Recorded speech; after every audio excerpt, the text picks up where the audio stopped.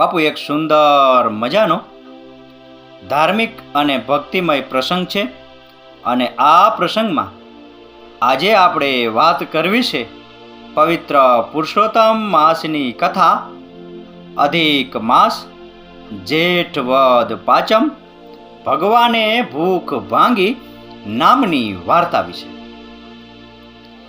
એક નાનકડા ગામમાં એક ડોશી રહે। ડોશીને એક રૂપાળો દીકરો, શરીરે સાજો નરવો, ભણવામાં હોશિયાર, પણ એક વાતનું ભારે દુઃખ। દીકરો થોડા સમયથી ખાય નહીં, પીવે નહીં, કોળિયો ધાન ગળે ન ઉતરે। દીકરાની આવી હાલત જોઈ ડોશી ચિંતામાં પડી ગઈ અને એ ચિંતામાં તે બિચારી પણ ભૂખી રહે, છતાં દાને ભૂખ વેઠવી પડે। ખાધા પીધા વગર દીકરો દિવસે દિવસે દુબળો થતો જાય છે। વેદ હકીમને બતાવ્યું પણ કાંઈ ફેર પડ્યો નહીં।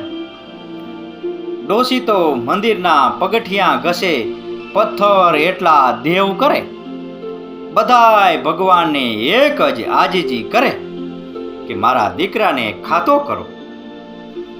એક દિવસ પ્રભુએ ડોશીની પ્રાર્થના સાંભળી, દીકરો ખાતો થઈ ગયો, પણ એવો ખાતો થઈ ગયો કે રાંધ્યું હોય એટલું બધું ખાઈ જાય, તપેલા અને કડાયા સાફ કરી દે, 10 માણસનું એકલો ખાઈ જાય તો એની ભૂખ ના મટે, આખો દી ખાખા જ કરે।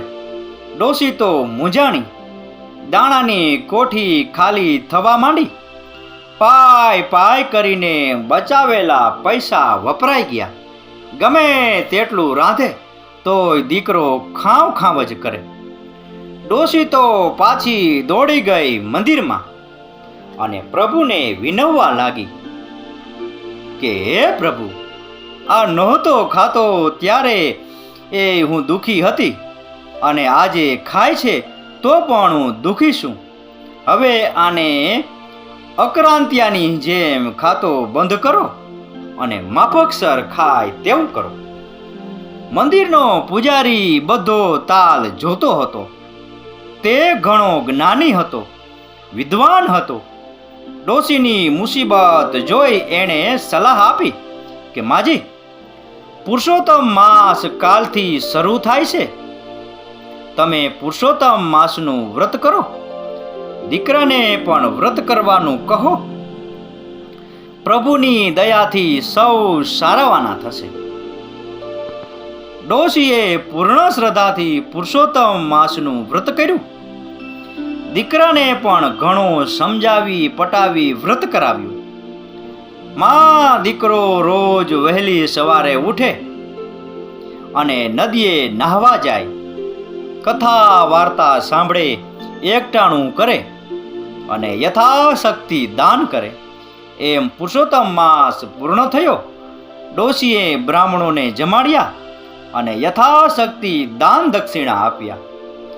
એ વ્રતના પુણ્ય પ્રતાપે ડોશીના દીકરાની મૂઢતા નાશ પામી અને તેની બુદ્ધિમાં ચેતન આવ્યું અને તેનું ખાઉંદરાપણું દૂર થયું અને તે પ્રમાણસર ખાતો થયો। ત્યારે ડોશીને હયે નિરાત થઈ ડોશીએ કરુણાપૂર્ણ સ્વરે ભગવાન પુરુષોત્તમનો આભાર માન્યો। હે પૂર્ણ પુરુષોત્તમ પ્રભુ, તમે જેવા ડોશીને ફળ્યા એવા શ્રદ્ધાથી તમારું વ્રત કરનાર, કથા વાંચનાર, સાંભળનાર સૌને ફળજો। બોલો પુરુષોત્તમ ભગવાનની જય। તો બાપુ આ હતો પવિત્ર પુરુષોત્તમ માસની કથા અધિક માસ જેઠ વદ પાંચમ ભગવાને ભૂખ ભાંગી નામની વાર્તા વિશેનો પ્રસંગ। આ પ્રસંગ, આ કથા, આ વાર્તા પૂરેપૂરી સાંભળી એ બદલ આપનો ખૂબ આભાર। આપનો દિવસ શુભ રહે। મહાદેવ હર।